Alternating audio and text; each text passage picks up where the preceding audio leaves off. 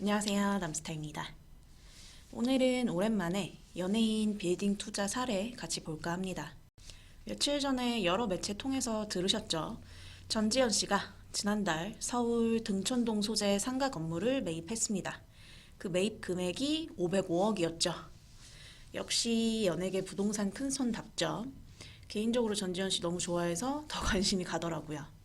어떤 건물 매입했는지, 그리고 전지현 씨는 그 건물을 왜 매입했을지 같이 고민해보면서 또 배울 건 배워봐야겠죠.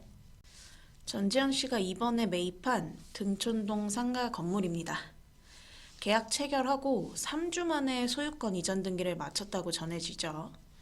이 건물이 원래 애경그룹과 군인공제가 합작해서 만든 부동산 개발 업체인 AM플러스 자산개발이 19년도 2월에 지상 3층 규모로 지어서 21년 3월, 작년 3월이죠.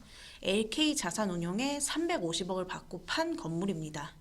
신탁사가 국민은행이었고요. 이 건물을 전지현 씨가 505억 원에 매입을 한 거죠.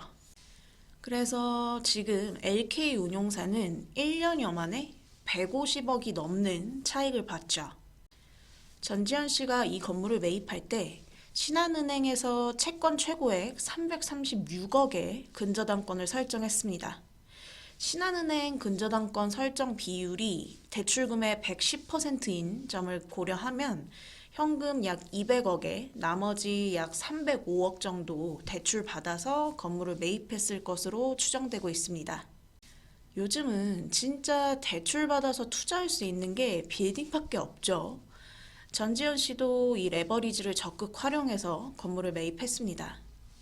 그리고 사실 이 건물을 매입할 수 있었던 계기는 기존 소유하던 건물을 매각하면서 생긴 자금 때문이었을 겁니다. 전지현 씨는 작년 9월에 논현동에 위치한 이 해당 건물을 235억에 매각했죠. 전지현 씨가 이 건물을 2007년에 매입했을 때 가격이 86억이었습니다. 단순 시세 차익으로만 보면 149억이라는 금액이에요. 해당 건물을 매각하고 나서 약 5개월 뒤인 지난달에 등촌동 상가 건물을 다시 매입한 겁니다. 이 논현동 건물 판 자금으로 등촌동에 빌딩 재투자를 했다고 볼 수 있죠. 이렇게 연예인들은요, 계속 갈아타기를 통해서 자산 포트폴리오를 구성합니다. 연예인들이 건물 팔기 시작하면 시장 끝물이다, 이렇게 평가하시는 분들이 있는데, 대부분의 연예인들 투자 사례를 들여다보면 재투자를 위한 매각이 많습니다. 최근에 김태희 부부도 그랬고요. 전지현 씨한테 이 논현동 건물 매입하신 소유주는 현재 이렇게 리모델링을 진행 중이죠.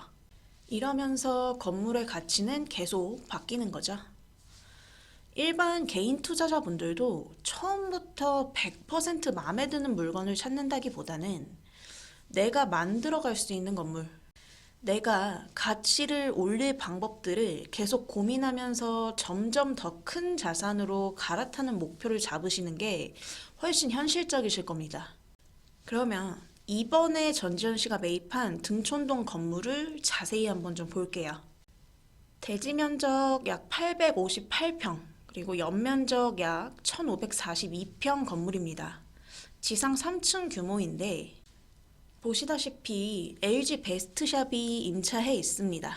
19년도 3월부터 건물 전체를 10년간 임차하는 계약을 맺고 사용하고 있어요. 전세금 6억 원 설정되어 있고요. 그리고 월세는 약 1억 6천만 원 정도씩 나온다고 알려져 있습니다. 그러면 단순 수익률을 계산해보면 현재 이 상가 건물의 수익률은 3.85%가 나옵니다. 건물 매입 좀 관심 있으신 분들은 지금 서울권 내에서 이 정도 수익률 나오는 거 쉽지 않다는 거 알고 계실 겁니다. 결국 전지현 씨는 우량 임차인의 장기 임차 계약이 되어 있는 안정적인 수익 구조의 건물을 매입했다고 볼 수 있겠죠. 그리고 지은 지 얼마 안 돼서 당분간 크게 손볼 필요도 없을 테고, 그리고 또 한 가지, 지금 이 건물의 용적률이 123.38%입니다. 근데 이 건물이 위치한 용도 지역은 3종 일반 주거 지역이에요. 용적률을 다 활용하지 않은 건물입니다. 그 말은 추후에 이 해당 부지는 추가적인 밸류업이 가능한 부지라는 얘기가 되겠죠. 그러면 나중에 황금적인 면에서도 분명히 메리트가 있을 겁니다. 지금 상태로도 수익률 잘 나와주고 밸류업 가능한 부분까지 아직 남아있는 건물이 되겠죠. 그리고 워낙 이 큰 대로변에 있어서 가시성도 좋고요. 그러면 이 건물을 입지적으로 보면 어떨까요? 9호선 가양역하고 증미역 사이에 위치하고 있는데 완전 초역세권이다 이런 입지는 아닙니다. 가양역에서 도보 10분 정도 걸리고 도보 10분이면 도보 역세권이라고 치긴 하죠. 근데 이 지역에는요, 교통 호재가 있습니다. 바로 제4차 국가철도망 구축계획에 포함된 대장홍대선 호재가 있습니다. 대장홍대선 예상 정거장인데요. 이 대장홍대선 중에서 강서구청, 여기 전지현 씨가 매입한 건물 인근에 신설될 확률이 높은 상황이죠. 아직 100% 확정되진 않았지만 이 가양역하고 화곡역 중간쯤에 위치하고 있는 강서구청 인근으로 신설역 예정에 대한 얘기가 많이 나오고 있죠. 그렇게 되면 전지현 씨가 매입한 건물은 신설될 대장홍대선 교통호재에 영향을 받을 수 있는 입지가 됩니다. 결국 교통호재도 반영될 지역의 건물을 매입한 거죠. 근데 이렇게 보다 보니까 그런 생각하시는 분들도 계실 거예요. 505억이면 나 같으면 강남 건물 샀겠다. 그 금액이면 강서구를 볼 게 아니고 대체할 상품들이 너무 많지 않냐. 그렇게 생각하실 수도 있죠. 근데 이번 전지현 씨 빌딩 매입은 좀 저평가되어 있는, 근데 안정적인 수익률이 나오는 그런 쪽으로 포커스가 좀 더 맞춰지지 않았나 생각을 해봅니다.